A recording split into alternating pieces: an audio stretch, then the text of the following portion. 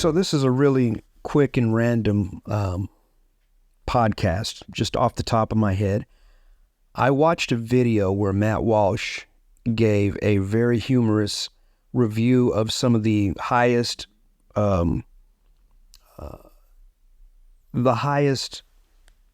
selling art in an auction. He had Basquiat's, he had Cecily Brown's, and a couple of other artists. The thing is, Matt was brutal in his assessment of those artists. And I find Matt Walsh humorous sometimes, with what he says. Whether he's speaking factually, whether he's being, pretty much, just his sarcastic self. But when we talk about art, to just get serious for a minute, I can see Matt's point, but I also can see where Matt may have missed the mark. Now, let's look at the art he was talking about. Well, let's not look at it individually, but let's look at it from an aesthetical standpoint. Here's where I think art is ridiculous. I think art becomes ridiculous when a person is convinced that something isn't good is good. That's a problem. But if that person on their own finds something of significant value, then that artist has done his or her job. That artist has done their job. And, a good example of this, with the Basquiat painting that he found to be, rather grotesque. Basquiat, what he does, or what he did, it took skill. And I'll go a step further and say, the crude reality that he was trying to make, he did so consistently. And those images were multi-layered, they were multi-tiered. And regardless of what you think about it from an aesthetic standpoint, there was something purposeful going on there. And I think the act of creating is something that a lot of laymen, art critics miss. They miss certain nuances and certain things that are done on purpose that make it a mature work. I don't look at abstraction and just think, oh my God, here we go, it's going to be shit. But I don't look at a slightly realistic painting and think that that's a masterpiece. I think there's artists and I think there's draftsmen. And I think a certain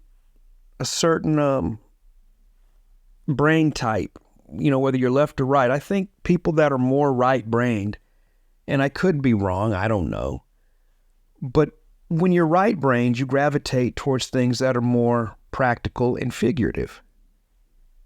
And I've noticed this, and I'll get even deeper than that. So I go on Rumble, and I look up artists, and we know that you can't abstract something from nothing. We know that, but the manner in which an image is broken down is always, more often than not, the same when dealing with art on Rumble. It usually looks like a man or a woman, a dog or a cat, painted as realistically as possible.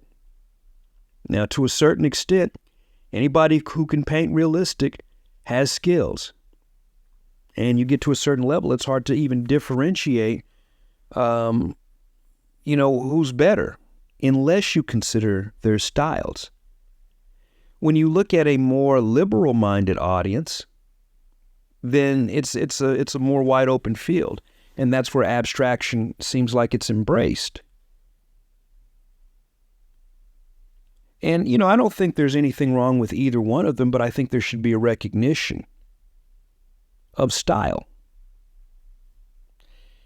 Matt was very quick to just dismiss most of the art on there. He said very little positive about some of the ones, and I agree with him on this. On this, I agree with him. $100 million, $300 million, fuck out of here. I'll be perfectly honest. Just get out of here. But he hit the nail on the head with some of the absurdity. And there's a lot of absurdity in art, but a couple of those artists were not a part of that absurdity. William de Kooning is known as one of the greatest artists of our time because he did take portraiture and he abstracted it. De Kooning could paint. If Matt knew anything about de Kooning, he would know that de Kooning could do figurative work quite easily, and he was quite proficient at it. What artists do is they challenge what reality looks like. Sometimes art tries to create an alternate reality, and that reality is initially ugly. It could be initially strange. It could be surreal. But it's a challenge. All of the art did what it was supposed to. It did provoke Matt to make a video about it. It provoked. While not the biggest fan of Cecily Brown, I know that she can paint figuratively because I see bits and pieces of it when she wants to be more literal. When she wants to be more practical, she's capable of doing it. But when you hit a certain wall and a certain ceiling with realism, where else is there to go? Some of the stuff is a hack, and some of it is more of an investment that makes art more relevant than it should be in some situations, instead of the merit of the artist. And when it's a joke. And I think Matt knows when it's a joke. But as I said before, different brain types, different hemispheres, left and right brain appreciate different things. There is absolutely no way my art could exist on Rumble and have a fighting chance. But by the same token, things like YouTube are so saturated by people making any abstraction into art and saying that it's art, it's almost impossible to recognize great art except if you know art. And a person who knows art whether it is realistic, whether it is abstract. And I would I would challenge that Matt is a little green on understanding art in total.